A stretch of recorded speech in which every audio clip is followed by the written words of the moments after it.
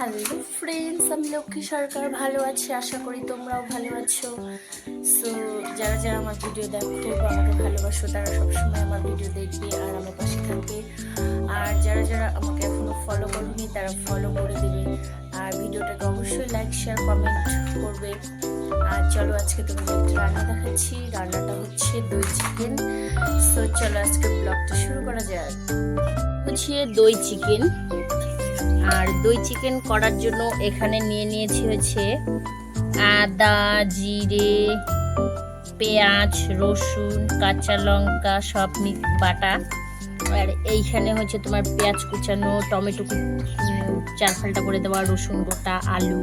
আর এখানে হচ্ছে তোমার লেবু, গোটা জিরে, গরম মশলা, বড় এলাচ, ছোট এলাচ, শুকনো লঙ্কা আর তেজপাতা, আর হচ্ছে টক দই। যত দই চিকেন করব তার জন্য টক দই। আর এখানে হচ্ছে বিরিয়ানির মতো করে বড় বড় কাটা চিকেন, এই যে। আর চিকেনের সঙ্গে আবার কতগুলো চিকেনের পা নিয়ে চলে আসছে আমার বর, যেহেতু এটা খেতে আমার ছেলে খুব ভালোবাসে সেজন্য এনেছে। প্রথমে দিয়ে দেবো তেজপাতা, তারপরে দেবো শুকনো লঙ্কা, তারপরে দিব তোমার হচ্ছে জিরে, বড় এলাচ, ছোট এলাচ, দারচিনি সব। তারপরে দিয়ে দিব তোমার হচ্ছে আলু, এগুলো সব একবারেই দিয়ে দিব।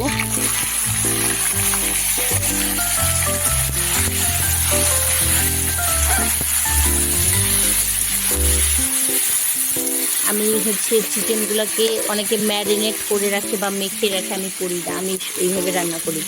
এইভাবে রান্নাটা খুব টেস্ট হয়। স্বাদ মতো নুন দিয়ে দিলাম।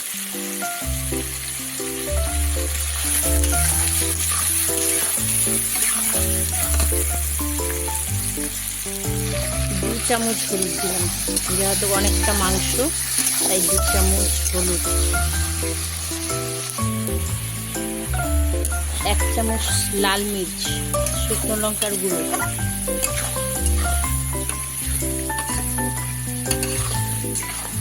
একটু মজতে থাকবে পেঁয়াজটা, মজে গেলে তারপরে আমার এই বাটাটা দিব। সব কিছু একসাথে মিক্স করে দিয়েছি।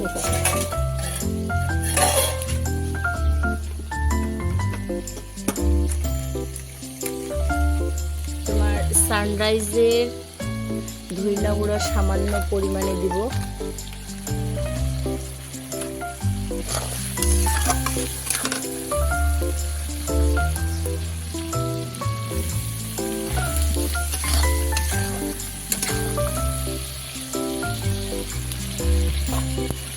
সানরাইজের গরম মশলা গুঁড়া সামান্য পরিমাণে একটু দেবো। আমি তোমার এটা যখন গ্রেভিটা যখন বানাই তখনই আমি হালকা অল্প অল্প করে, এটার টেস্টটা অনেক সুন্দর হয়। এখন মজে গেছে, এখন এই বাটাটা দিয়ে দেবো। বাঙালি তো তাই প্লেটটাকে ধুয়ে ছাড়বো না, ওটাকে যতটুকু মশলা ছিল নিগড়িয়ে নিয়ে নিলাম। এটা এখন কষতে থাক।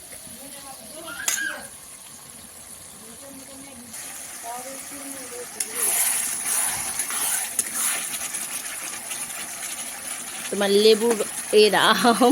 লেবুর রসটা চিপড়াই দিব বলছি, লেবুটা দোদ দিছে ওইখানে।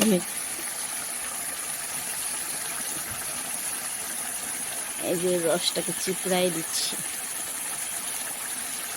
এক্সট্রা করে বের করে রাখার কোনো সময় নেই হাতে, তাই হাত দিয়ে চিপড়াই দিই, যেভাবে আমরা রান্না করি সহজভাবে।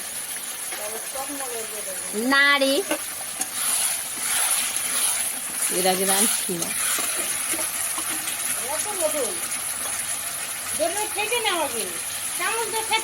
এই যে টক দই দিয়ে দেবো। তাই ফেটে নিতে হয়, সেটা তো আমার জানা ছিল না রে। এই যে টক দই দিয়ে দেবো এখন। এই যে বাটি ধুয়ে দিব, কারণ যেতটুকু আছে ওটা নিগড়াই নিতে হবে। ফেলে দিয়ে লাভ কি, কিপটা আমি তো শেষ নেই।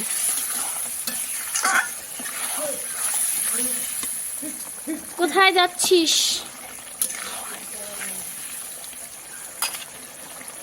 এবার দিয়ে দেবো চিকেন।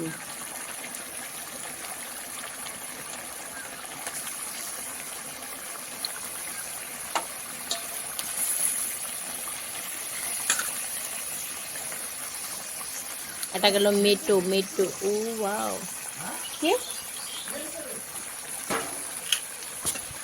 সেন্ট বাড়াবে না, রাখতেছে কে? রাঁধুনি, দেখতে হবে না? হুম, ছি ছি ছি, আমি রাখতে বসেছি, আমি এক কাণ্ড করেছি। চাটনিতে ঘি দিয়েছি, অম্বলেতে কি অম্বলেতে ঘি দিয়েছি, শুক্তোতে ঝাল দিয়েছি, ছি ছি ছি।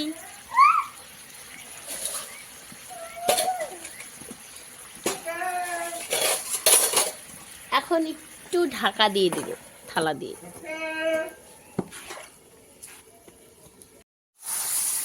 চিকেনে যে আমার কর্তামশাই কষাচ্ছে, আমি বসিয়ে দিয়ে একটু ঘরে গেলাম, আইসে দেখি কর্তামশাই নাড়াচাড়া করছে।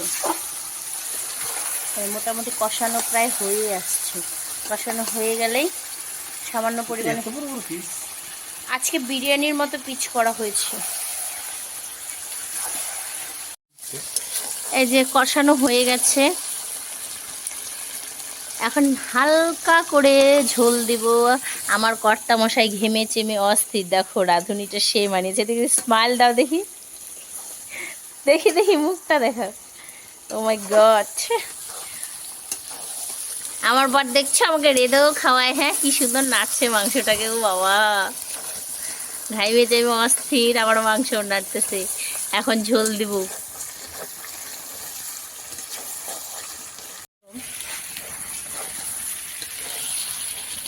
একটু ঝোল দিয়ে দিলাম, বেশি দিব না, হালকা হয়েছে। আমার দই চিকেন রান্না করা অলমোস্ট কমপ্লিট, নামিয়ে নিয়েছি। এই যে দেখতে পাচ্ছেন, কষা কষা দই চিকেন করেছি। এই যে গ্রেভিটা দেখছেন, এক পিচ করে দেখতে পাচ্ছেন।